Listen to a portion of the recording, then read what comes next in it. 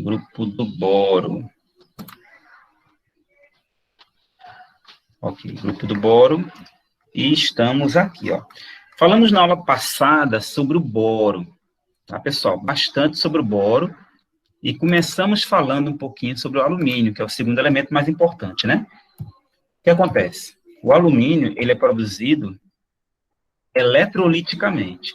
Só que para poder ele ser produzido, primeiro tem que ser obtido a alumina. Aí na aula passada, relembrando, tá? Se vocês não fizeram a revisão, vou relembrar. Relembrando na aula passada, o que seria uma revisão? Rever a live. Mas se não fizeram isso, não tem problema, tá? Na aula passada, então a gente conversou que isso aqui é a bauxita, tá? Que é o minério de alumínio. E nesse minério se faz umas operações químicas para poder se obter a alumina, tá?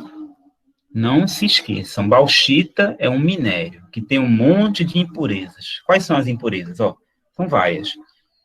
Trióxido de ferro, dióxido de silício, dióxido de titânio, tem vanádio, tem um monte de impurezas, tá certo? O que interessa na bauxita é só a alumina. A alumina é esse óxido aqui, ó, a Al2O3, tá certo? Só ela é que interessa dentro desse minério, nada mais interessa, tá bom? Então, é desse minério, é dessa fórmula aqui, né, que a gente vai tirar o alumínio, tá certo? Beleza? Vamos lá, então. Aí eu mostrei a vocês na aula passada que para poder retirar a alumina, existem algumas reações químicas, né, em meio alcalino. As reações químicas que vão tirar a alumina de dentro da bauxita são reações que ocorrem em meio alcalino e numa temperatura alta e numa pressão também alta, tá? Então, são reações que ocorrem de maneira forçada, tá certo? São vários os subprodutos até chegar na última reação, que é essa aqui, ó. Essa reação aqui, que eu vou marcar agora, é a reação que interessa, tá? É a reação onde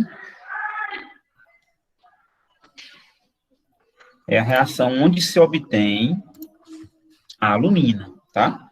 A alumina, no final, na reação 5, ela é obtida da desidratação do trióxido de alumínio, ou do hidróxido de alumínio, na verdade. Hidróxido de alumínio, tá, pessoal? Então, essa é uma reação endotérmica, tá?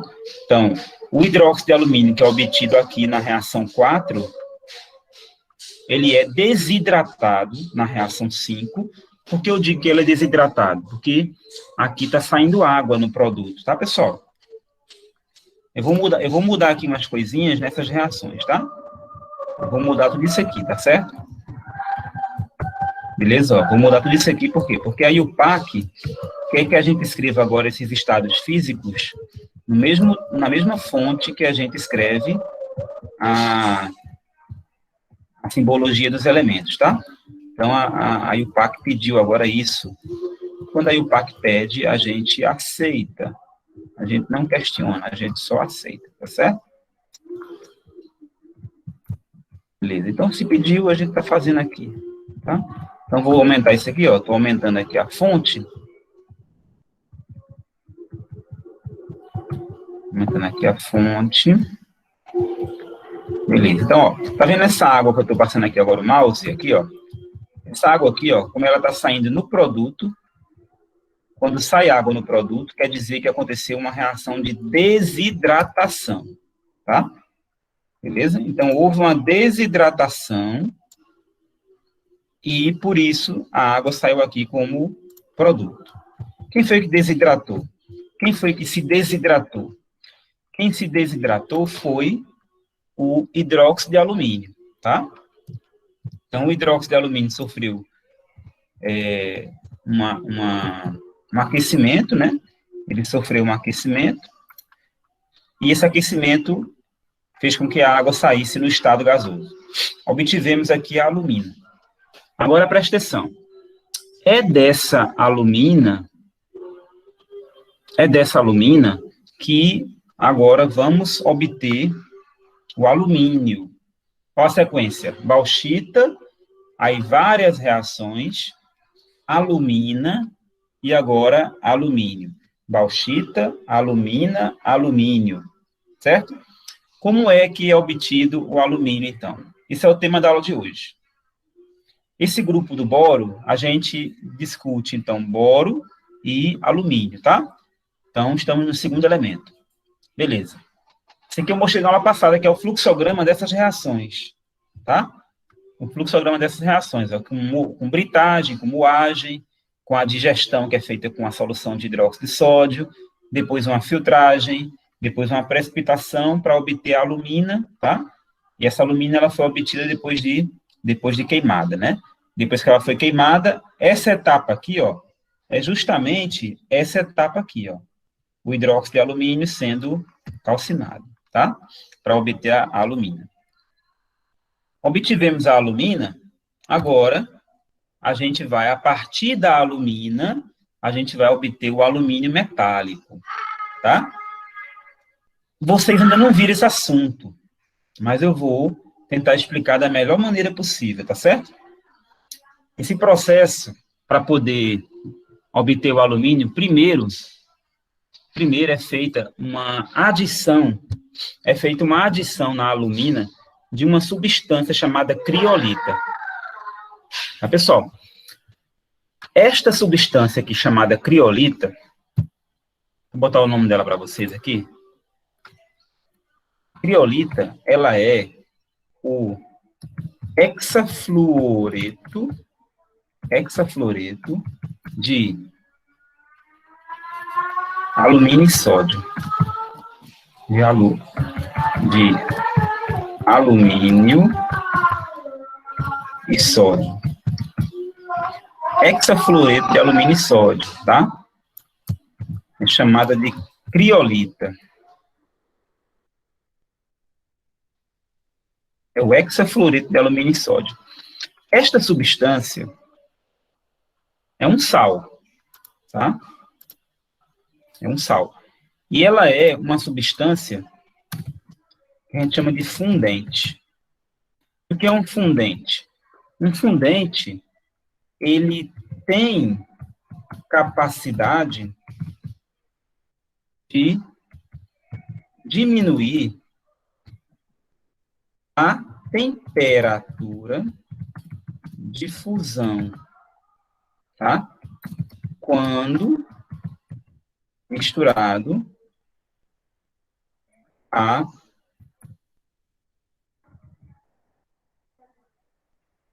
outras substâncias sólidas. Tá? Então, o hexafluoreto de alumínio e sódio, que é chamado popularmente como criolita, ele é um fundente, tá, pessoal? Então, para que serve um fundente, professor? Para que serve um fundente? O fundente possibilita reduzir o consumo de energia. Consequentemente, diminui os custos para realizar uma fusão. Perceba, se eu quero realizar uma fusão de uma substância, eu preciso gastar energia com forno, né? Vocês viram ligações químicas. Em ligações químicas, vocês viram que os compostos iônicos, ó, se eu botar isso aqui, criolita, coloque na internet. Coloque na internet e buscar aqui a criolita.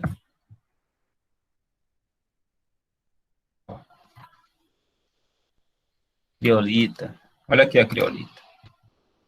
Estão vendo aqui, né? A criolita é esse composto aqui, ó. Tá? É um composto que tem estrutura, né? Estrutura iônica, né? Estrutura iônica. A criolita, olha aqui, ó. Mais uma figurinha da criolita. Tá vendo? Não é bonita? A criolita, assim como, por exemplo, a alumina, qual é a estrutura da alumina? Estrutura cristalina da alumina. Olha aqui a alumina, ó.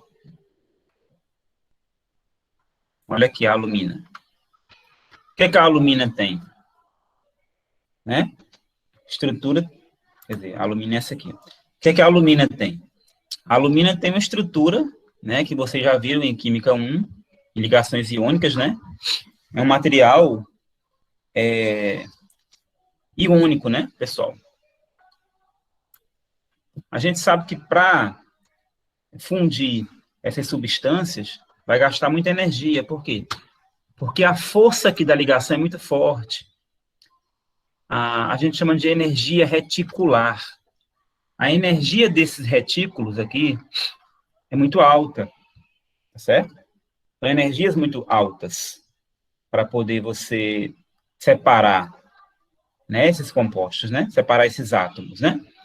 Então, se usa um fundente para que essa temperatura de fusão diminua. Então, vamos lá.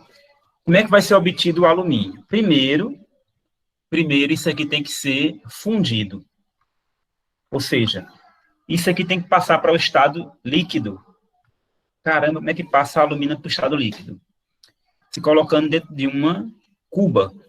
E essa cuba tem que ter uma temperatura muito alta para poder fundir a alumina.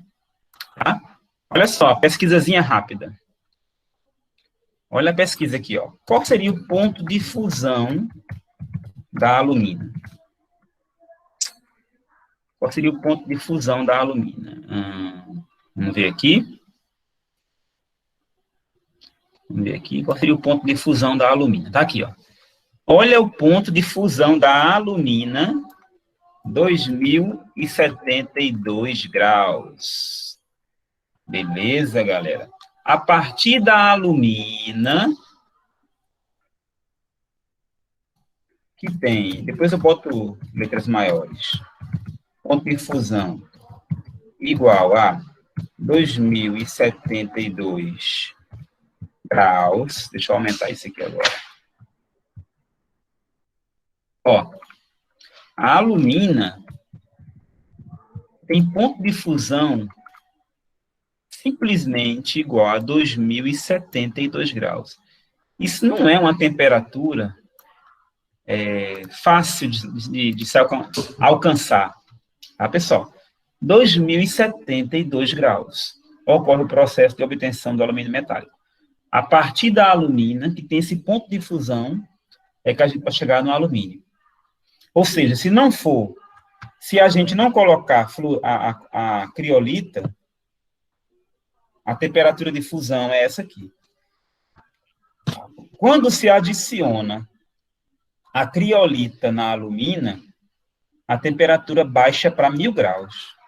Vocês estão vendo a diferença? A metade, né?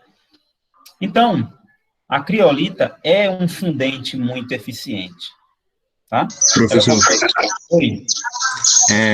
Antes eu tinha pesquisado sobre esse assunto e eu tinha visto que antes de ser utilizada a criolita, eles utilizavam o ácido clorídrico e eles começaram a ver que isso não era um processo muito eficiente. E aí depois que foi adotado a criolita, não é isso?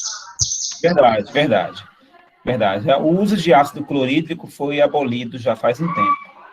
Tá? E também a questão do perigo. Também tem a questão de segurança. A utilização do ácido clorídrico colocava em xeque o processo também por conta da segurança do ambiente, porque você coloca, tudo que você faz, uma reação, e você coloca um meio muito, um meio com ácido forte, né, como é o ácido clorídrico, você pode provocar reações paralelas também, tá? Porque o ácido pode reagir, tá? E pode provocar reações paralelas desagradáveis. E por ser uma substância também agressiva, o próprio manuseio do ácido, ele libera vapor, então foi abolido e passou-se a utilizar a criolita. Então, na verdade, como é que isso é feito na indústria? A alumina é um pó. A criolita é um pó também, né? Os dois são moídos, né? Então, é uma mistura desses dois pós.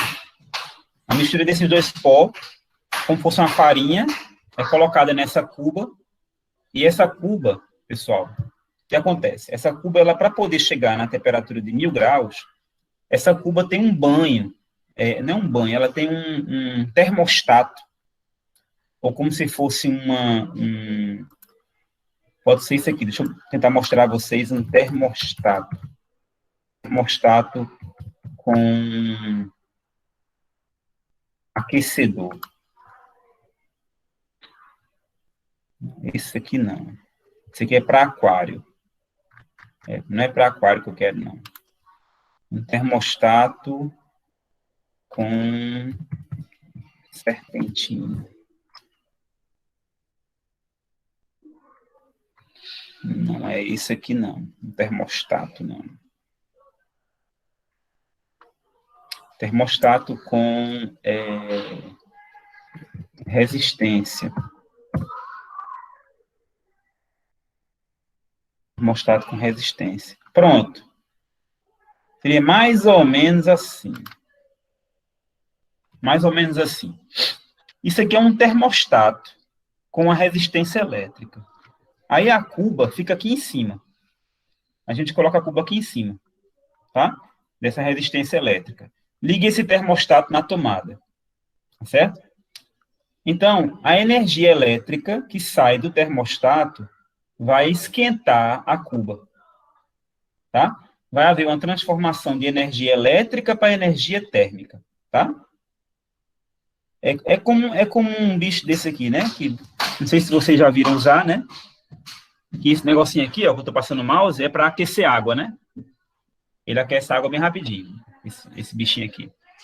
Só que o termostato, para poder fazer um processo industrial desse da alumina, é mais ou menos assim, tá?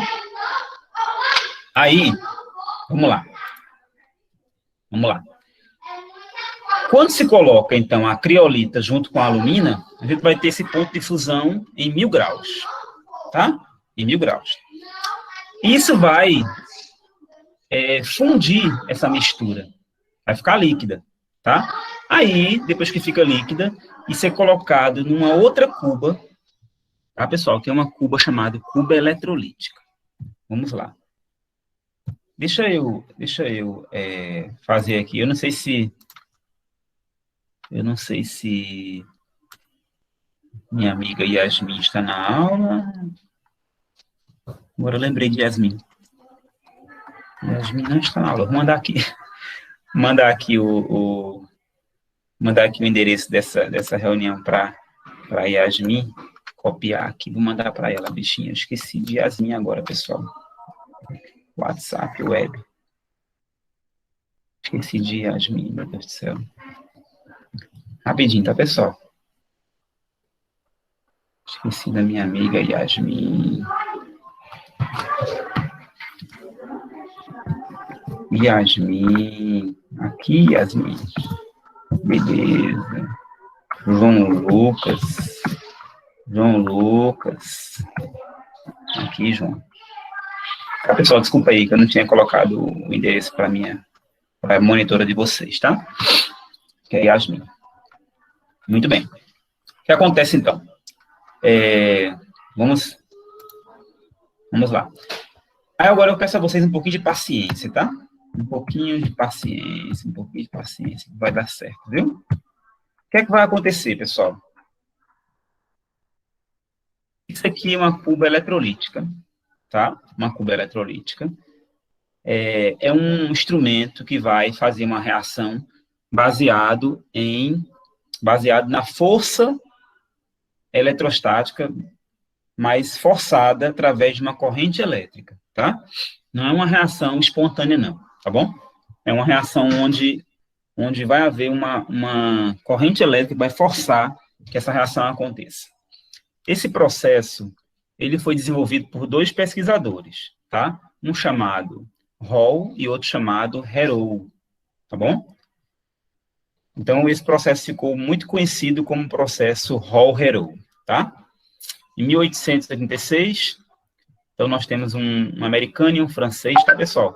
Charles Hall e Paul Héroult. Então, eles popularizaram o processo de obtenção do alumínio. Até hoje, esse processo ele é usado. Já tem mais de 200 anos, tá? Não, mais de 100 anos, tá? Tá aí com faixa de 130 anos que esse processo existe, tá? Esse processo, ele é utilizado fortemente na indústria de obtenção do alumínio. É o processo que gera o alumínio com maior pureza. Processo eletroquímico. Vamos lá. Vamos ver a base desse processo. Vocês só vão estudar eletroquímica em processos físico-químicos, né? Vocês estão vendo agora com o Andrei, não é isso, pessoal? Não é isso? Vocês estão vendo agora? Processos físico-químicos com o Andrei? Então, sim. Sim. Pronto. Vocês vão concluir, lá quando o Andrei ensinar, vocês vão poder ter uma visão melhor. É porque esse conteúdo aqui, lá em Físico-Química, é o último conteúdo que o Andrei vai ensinar a vocês. Esse conteúdozinho aqui de processo de eletrólise, tá? O que acontece? Isso é uma cuba eletrolítica. Pessoal, desculpa aí o barulho, tá? Desculpa o barulho. É porque meu filho não está querendo assistir aula aqui, está brigando com a mãe. Tá? Isso acontece direto. Não sei se vocês têm irmãos pequenos aí, mas aqui em casa tem meus filhos pequenos, isso acontece direto. Complicado, né? Complicado. E a gente não força, né? Não tem como forçar ninguém a assistir aula, né? Ainda mais nesse negócio de aula remota. Ainda mais uma criança, né? Olha só. Então, nós temos aqui uma cuba. Essa cuba, ela pode ser feita de vários materiais, tá? Ela pode ser feita de acrílico, ela pode ser feita de metal, né? Aço inox. Ela pode ser feita de material plástico, mas tem que ser resistente. Nesse caso aqui, ela não pode ser um material plástico, tá? Por que não pode ser? Porque a mistura que entra aqui, entra numa temperatura muito alta, lembram? Lembram que quem está entrando aqui é uma mistura de criolita e alumina, uma mistura fundida. Essa mistura fundida, para poder entrar aqui, então ela tem que manter essa temperatura de 1000 graus, tá certo? Se a temperatura que está aqui, se ela não for de 1000 graus, tem que manter a temperatura de 1000 graus. Se a temperatura de 1000 graus não se mantiver, corre o risco da alumina voltar a ser sólida, compreendem? Se a temperatura baixar, então vai correr o risco dessa alumina voltar a ficar no estado sólido. E isso não seria bom, porque não iria ser possível obter o alumínio, tá certo? Então, a temperatura aqui tem que se manter em 1000 graus, tá? Como é que é feito isso? Essa cuba, ela também está envolvida por um termostato, tá? Então, essa cuba, ela tem que resistir a essa temperatura para poder a alumina continuar líquida, tá certo? Muito bem. O que é que vai acontecer? Uma cuba eletrolítica, ela tem eletrodos. Eletrodos são peças de aço, ou então são peças de um condutor, ou então são peças de um condutor muito bom, que tem como função conduzir corrente elétrica, tá? Beleza. No caso aqui, sempre vai ter, lá com o Andrei, vocês vão ver isso melhor, tá? A gente vai ter sempre 2 eletrodos na eletrólise. Ou então, eletrólise é qualquer sistema que trabalha assim. Um eletrodo positivo e um eletrodo negativo, tá? O eletrodo positivo, a gente chama de ânodo ou anodo, e o eletrodo negativo a gente chama de cátodo ou catodo, tá? Ânodo e cátodo. Anodo e catodo. No caso aqui desse sistema, o eletrodo positivo, que é o ânodo, são barras de grafite. Então, ó, eletrodos de carvão ou de grafite. Grafite é um ótimo condutor, tá, pessoal? Lembra das aulas de matérias-primas cerâmicas? Grafite tem uma geometria hexagonal. Geometria hexagonal é ótimo, porque é uma geometria hexagonal, ela tem aqueles espaços que as camadas deslizam umas sobre as outras. Grafite é um ótimo condutor, tá? Então, eletrodos de grafite. O que é grafite, professor? Pode ser um lápis, tá? Um lápis é um ótimo condutor, um lápis grafite, tá bom? Mas aqui são eletrodos industriais, tá? Vamos lá. Aqui são 3 eletrodos de grafite, beleza. E ligado aqui no polo negativo, professor, tá ligado, isso aqui tá ligado aonde? Isso aqui tá ligado a uma bateria. É porque esse desenho está incompleto. Mas uma célula de eletrólise, ela sempre tem, ó, deixa eu mostrar aqui a vocês, ela sempre tem uma bateria ligada nela. Deixa eu mostrar aqui. Célula eletrolítica. Vou mostrar aqui a vocês imagens. Mostrar aqui a vocês uma célula completa, uma célula eletrolítica completinha. Tá aqui, ó. Olha aqui, uma célula eletrolítica completinha. Tá? Aqui tem a cuba e aqui tem a bateria. A bateria tem um polo, ó. Deixa eu copiar essa imagem. Vou copiar essa imagem e vou trazer para cá. Vou aumentar aqui para vocês, ó. A bateria, uma bateria qualquer, tá, pessoal? Até pode ser bateria de carro. A bateria, ela tem um polo positivo e tem um polo negativo, tá? Aqui, ó. Polo positivo. Olha aqui, ó. Uma barra de grafite, ó. Ânodo de carbono. Carbono é grafite, tá? Ó, aqui, ó. Polo positivo.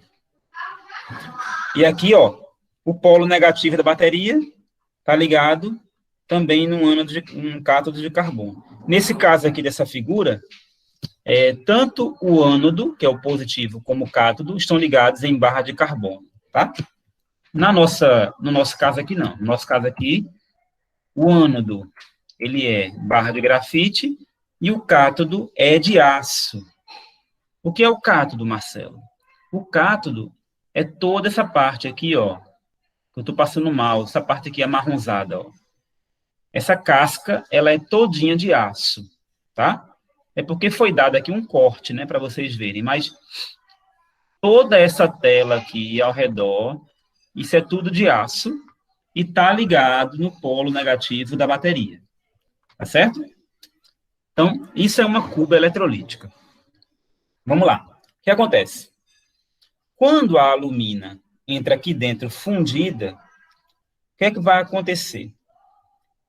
Vocês viram em ligações químicas que que os compostos iônicos, quando fundidos, eles sofrem uma reação de dissociação. Eles são bons condutores, não são? Os compostos iônicos, quando fundidos, eles são bons condutores. Eles só são bons condutores quando fundidos ou quando são dissolvidos em água. Aqui não tem água. Não tem água aqui, tá? Aqui é com base no calor, tá? A alumina está no estado líquido. Olha para essa reação aqui, ó. A L2O3 é a alumina. Olha o estado dela. Líquido, tá? Líquido. Então, uma vez que a alumina está fundida, ela se dissocia em alumínio e em óxido. Esse óxido é o íon do oxigênio. O que eu vou fazer aqui? Eu vou pegar aqui e eu vou escrever, tá? Vou pegar aqui e vou escrever, tá certo? L2O3, L2O3. Gostaria que vocês... Não estou gostando não desse negócio, não. Vou pegar isso aqui. Vou pegar isso aqui.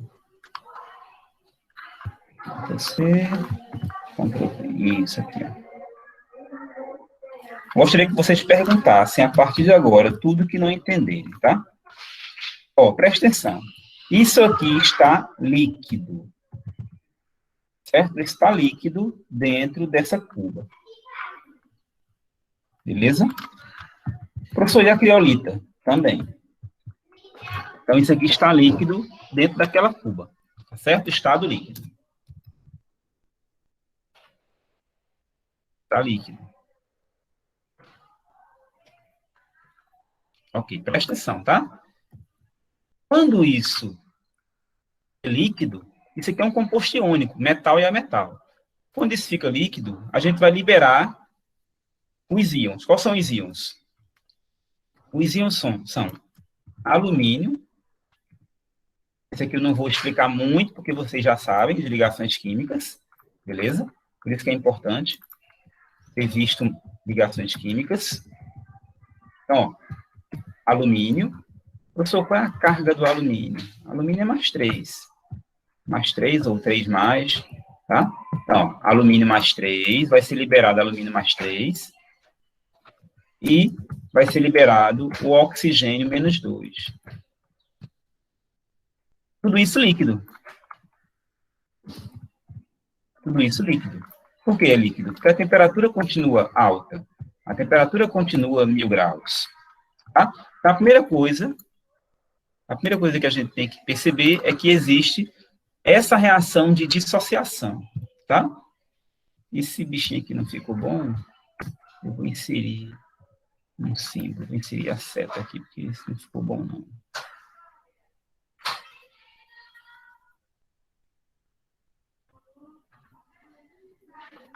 Pronto. Beleza? Então, a primeira coisa que você tem que entender. Isso aqui se dissocia dentro da cuba. Tá? Quando dissocia na cuba, presta atenção.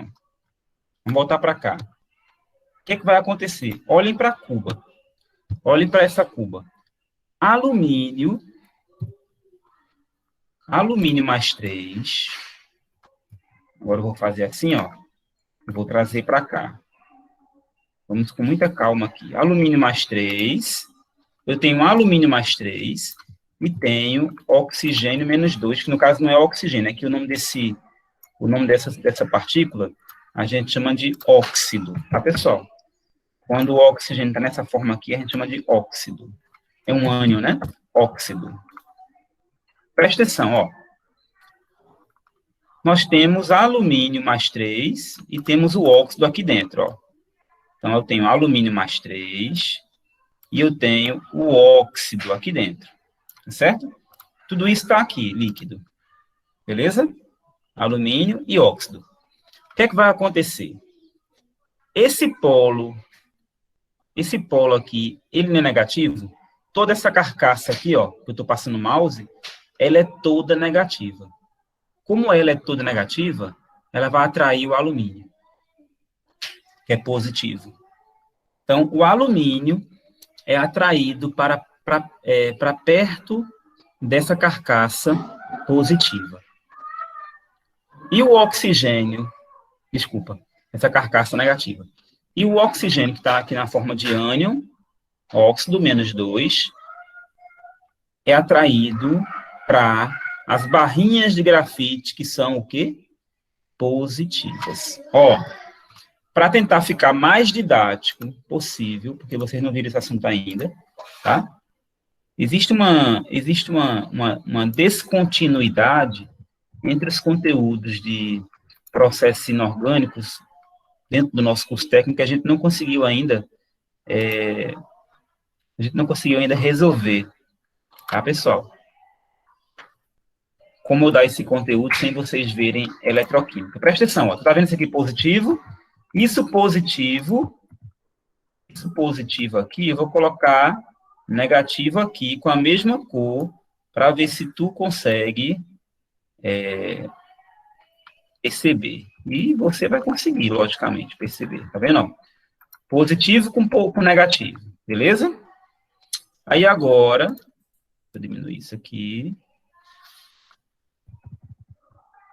Aí agora eu vou pegar isso aqui, vou dar um Ctrl+C, Ctrl+V, vou colocar aqui embaixo no negativo, vou mudar essa cor, vou botar uma corzinha verde, e vou pegar isso aqui, vou dar um Ctrl+C, Ctrl+V, e vou jogar isso aqui, ó.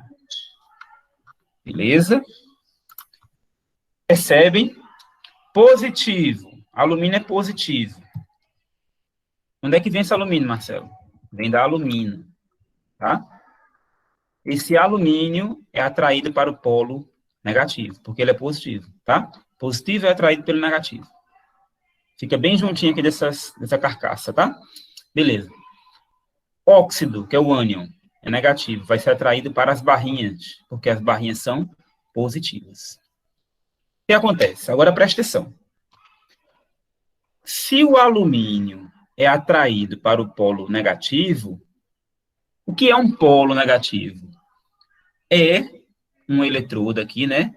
É um eletrodo que tem o quê? Que tem cargas negativas. Tem o quê? Que tem elétrons.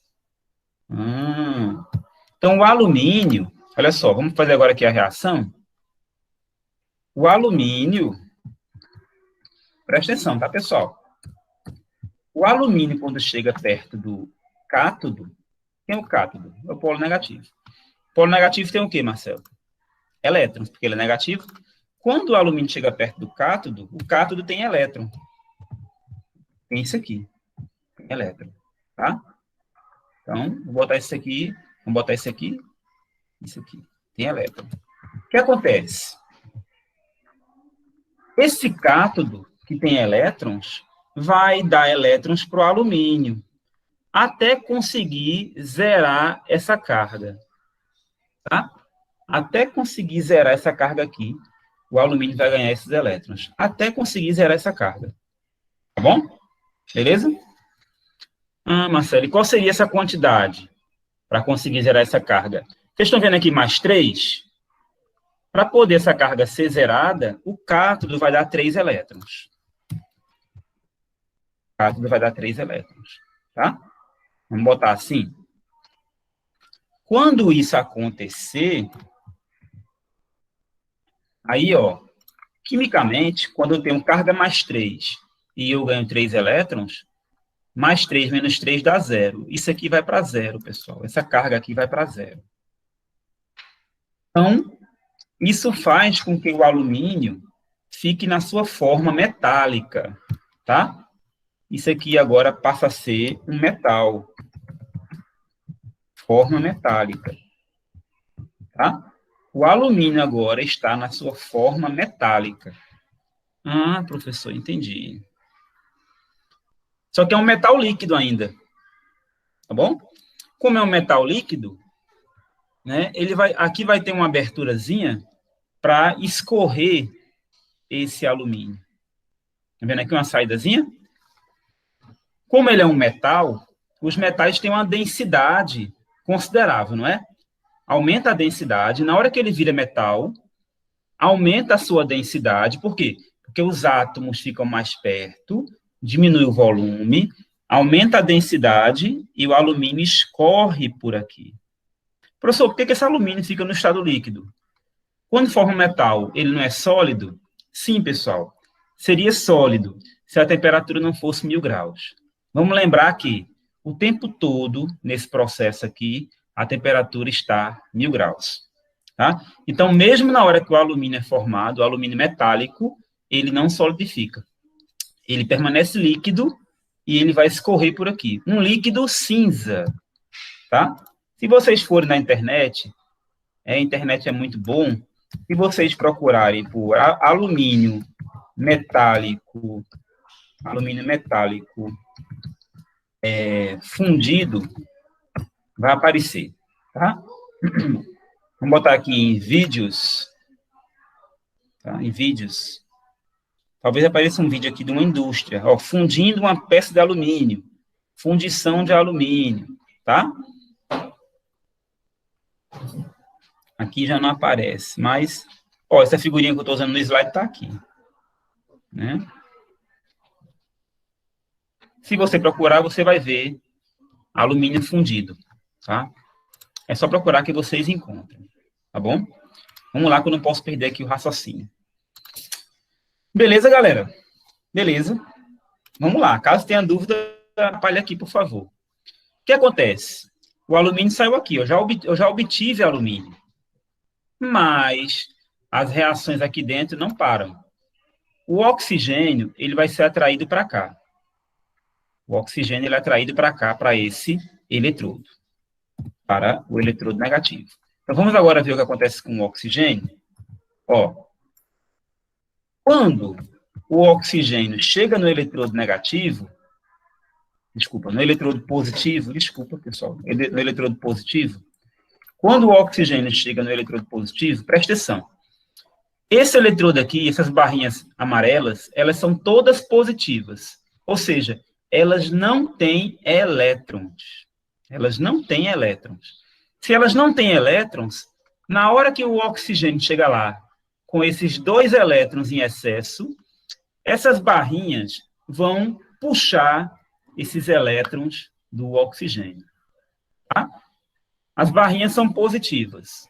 Na hora que elas encontrarem com o oxigênio negativo, elas vão puxar, elas vão retirar esses elétrons do oxigênio. Vai acontecer essa reação aqui, ó. O oxigênio chega lá com 2 elétrons, aí as barrinhas vão puxar esses 2 elétrons. Vão puxar esses 2 elétrons. Vão retirar os 2 elétrons. Então, por isso que eu estou botando 2 aqui, ó, no produto, tá? Quando isso acontecer, o oxigênio fica sem nenhum elétron.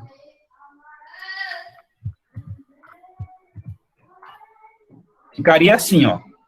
O oxigênio ficaria sem nenhum elétron. Tá? Percebam, aqui tem 2 elétrons em excesso. Aí chega na barrinha positiva, a barrinha positiva não bota elétrons.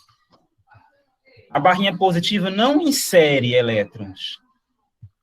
Lembra de termoquímica com o Andrei? Quando entra alguma coisa na reação, a gente bota aqui, ó, antes da seta, no reagente.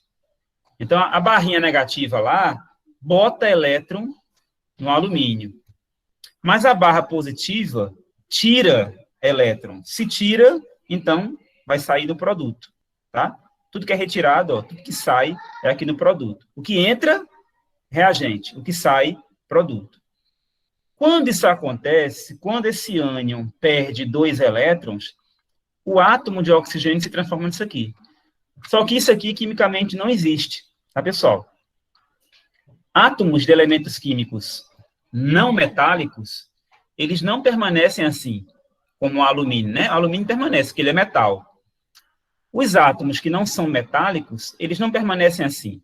Eles vão se ligar 2 a 2, fazendo o quê? Criando moléculas que a gente conhece bem, criando moléculas diatômicas. Tá? Criando moléculas diatômicas, tá, pessoal? Então, vão ser criadas moléculas diatômicas.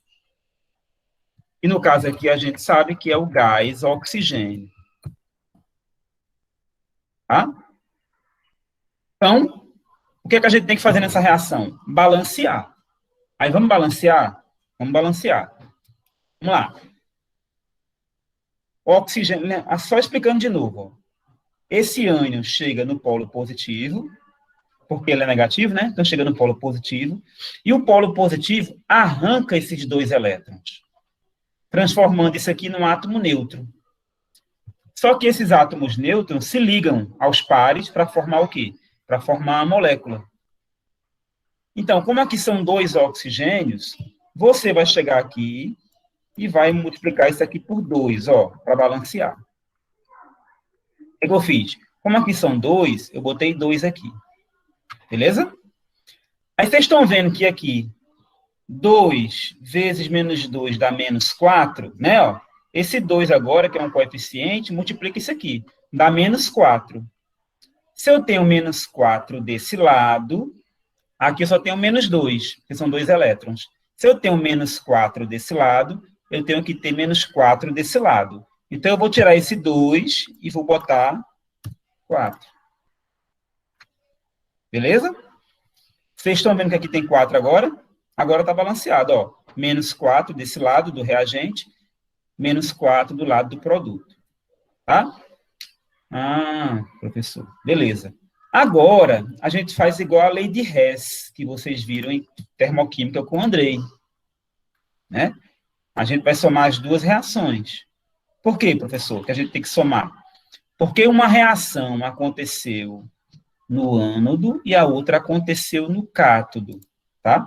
Então, a gente tem que somar as duas para ver o que aconteceu no processo global. Então, vou passar uma linha de adição e a gente vai somar essa reação do alumínio com essa do oxigênio. Aprendemos em termoquímica que coisas iguais, que estão em lados opostos, a gente cancela, né? E se tiverem lados iguais, a gente soma. Tá bom? Então, vamos lá. O que é que tem igual aqui? A gente só tem igual só os elétrons, né, pessoal? As únicas espécies iguais são os elétrons.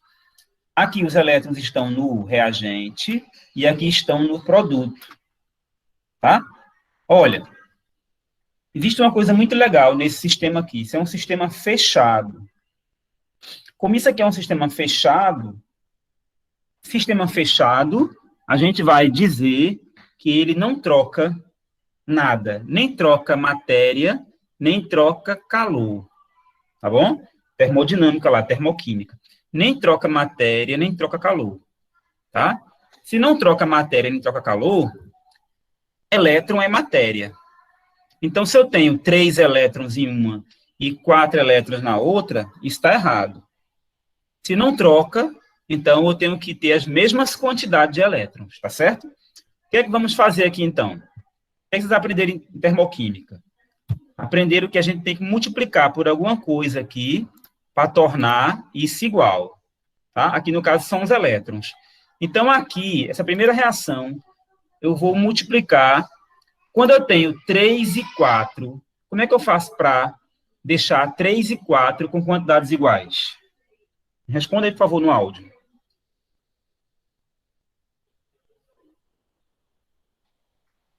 Me responda aí no áudio, por favor. O que eu faço? Quero deixar 3 e 4 iguais. Vou multiplicar por quem aqui? A primeira reação, multiplico por quanto? Lei de Hess. A primeira reação, multiplico por?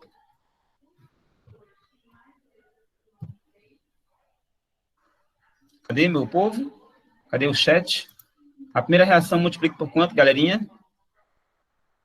Galera, vocês sabem, vocês são bons. Por quanto eu multiplico a primeira reação para poder deixar isso igual a isso? 4. Por 4, muito bem. Vou multiplicar essa primeira equação por 4. Já vai direto, pessoal, ó. 4, aqui já ficou 4. Aqui, 4 vezes 3, 12. Olha que beleza. E aqui, 4. Beleza? Embaixo, vou multiplicar por quanto aqui embaixo? Por?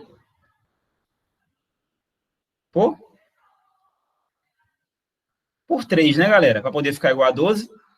Aí aqui não tem 3? 3 vezes 2, 6. 3 vezes 4, 12. E aqui, 3. Ok? Como isso aqui é uma aula que vai estar gravada, vocês depois vão poder olhar. Vocês estão vendo que agora eu posso, ó, cortar elétron com elétron e o resto eu posso somar. Vamos lá, então? Vou pegar isso aqui, vou fazer um Ctrl+C, um Ctrl+V, vou diminuir, vou fazer assim, ó. Vou mudar a cor, vou botar uma corzinha verde e vou cortar elétron, ó, vou aumentar aqui, ó. Eu corto elétron, 12 elétrons, Ctrl+C, Ctrl+V, e corto com 12 elétrons. Beleza? O resto eu vou repetir. Eu vou repetir essa equação, ó. 4 alumínio mais, bota aqui embaixo agora, ó. 4 alumínio mais, que número é esse aqui? 40. Tamanho 40. Ó, tô repetindo, beleza? Quem tá desse lado aqui, do reagente? Oxigênio.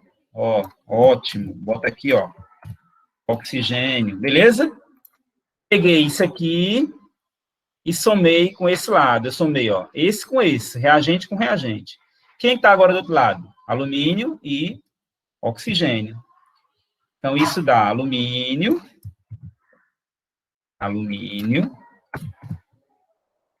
mais, e vou pegar isso aqui, mais oxigênio. Beleza, galera?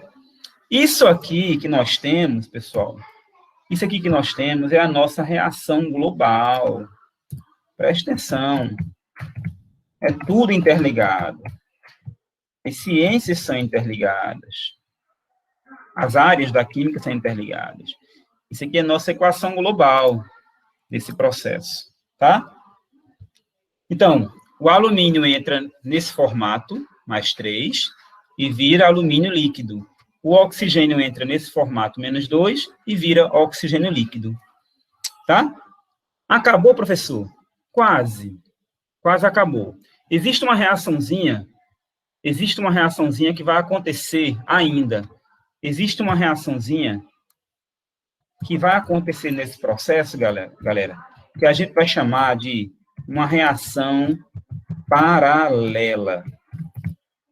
Eita, difícil, professor, esse negócio. Nada que vocês não possam revisar, tá? Na aula a gente não aprende, a gente tem um start. Depois você vai rever essa aula, vai rever, vai ver mais uma vez. Se quiser mandar dúvida para mim, manda, tá? A gente está aqui para ajudar. Pessoal, o que é que vai acontecer? Vocês estão ligados que aqueles eletrodos de grafite é carvão, né? É carbono. Carbono e oxigênio têm uma afinidade muito grande. Na hora que se forma oxigênio aqui, ó, vocês estão vendo essas bolinhas, né? Essas bolinhas são bolhas de gás carbônico. São bolhas de gás carbônico. Sabe por quê? Porque na hora que o oxigênio é formado aqui, ó, na hora que o oxigênio é formado, o oxigênio foi formado, ó. Rapidamente, o oxigênio se combina com o carbono do carvão. O estado físico é sólido, tá? No momento que o oxigênio se forma, como o sistema está numa alta temperatura, na hora que o oxigênio é formado, ele reage com o carvão do eletrodo. E quando ele reage, ele forma CO2. Professor, essa reação acontece por quê? Essa reação acontece pela afinidade química. Opa, quando eu falo de afinidade química, estou lembrando o quê? Estou lembrando meu amigo Andrei, meu parceiro irmão, né? Quando eu falo de afinidade química, eu estou lembrando de quê? Estou lembrando de cinética química, né? Essas duas substâncias aqui têm uma alta afinidade química. O que tem nesse sistema que ajuda eles a reagir? Calor, temperatura ajuda a provocar reações químicas. É uma influência para poder uma reação química acontecer. Vocês viram isso em cinética, tá? Então, a alta temperatura faz com que o oxigênio e o carbono lá do carvão tenham choques, choques entre essas moléculas. As moléculas do oxigênio se chocam contra as paredes do eletrodo de grafite. Esses choques são efetivos, são eficazes, bem orientados. Creio que vocês já viram isso em cinética, né? Esses choques bem efetivos, bem orientados, faz com que haja a produção de CO2. Aqui tem que balancear. Porque aqui se tem 6 oxigênios, aqui tem que ser 6 também. Então, eu boto assim, um 3 aqui. E como tem 3 carbonos, eu boto um 3 aqui. Tá? Então, professor, essa reação... Oi? Ah, não. O 2 é do oxigênio, eu confundi aqui. Então, essa reação é uma reação que vai acontecer no final do processo. Como essa reação vai acontecer, o carbono vai ser consumido. Tudo que está no reagente é consumido, beleza? Esse carbono é consumido. Então, o eletrodo de grafite, ele vai sendo corroído, pessoal. Ele vai sendo desmanchado. Ó, como ele está sendo desmanchado aqui, ó, os pedacinhos, ó. Estão vendo corroído aqui, ó? Essas bolinhas brancas é de gás carbônico, ó. Bolhas de gás carbônico, tá? Então, o que acontece? Esse processo, com o passar do tempo, os eletrodos de grafite, eles têm que ser substituídos, tá? Quando eles vão sendo corroídos, Alguém tem que vir aqui e trocar essas barrinhas, tá certo? Tem que trocar essas barrinhas. Mas, eu poderia ter parado essa explicação aqui, no momento que o alumínio foi formado, tá? O alumínio é formado quando o íon alumínio ganha elétrons e se transforma em alumínio metálico, tá? Eu poderia ter parado aqui. Só que a gente não pode parar porque a gente tem que mostrar o processo global, tá, pessoal? Esse é um processo inorgânico, industrial, tá? Então, a gente tem que mostrar o processo todo. Esse processo, galera, ele consome de 10 a 13 kW por hora, tá? É um processo que consome bastante energia. Ele consome de 10 a 13 kW por hora para cada quilo de alumínio. Para cada quilo de alumínio, tá? Então, para cada 1 quilo de alumínio produzido, há o consumo de 10 a 13 kW por hora, tá? Para produzir 1 quilo de alumínio, se você quiser produzir 1 quilo de alumínio, beleza. Mas se você quiser produzir 300 mil toneladas de alumínio por ano, você tem que ter 400 células dessa aqui. Uma indústria tem, tá? 400 células dessa aqui, uma ligada à outra, essas células medindo 32 metros cúbicos, tá? Porque elas vão ter essas dimensões, ó, 8 por 4 por 1, tá? Então, isso dá 32 metros cúbicos. Vão poder produzir 300 mil toneladas por ano, tá certo? De alumínio. Esse é o processo Hall-Héroult, processo fantástico de produção de alumínio, tá, pessoal?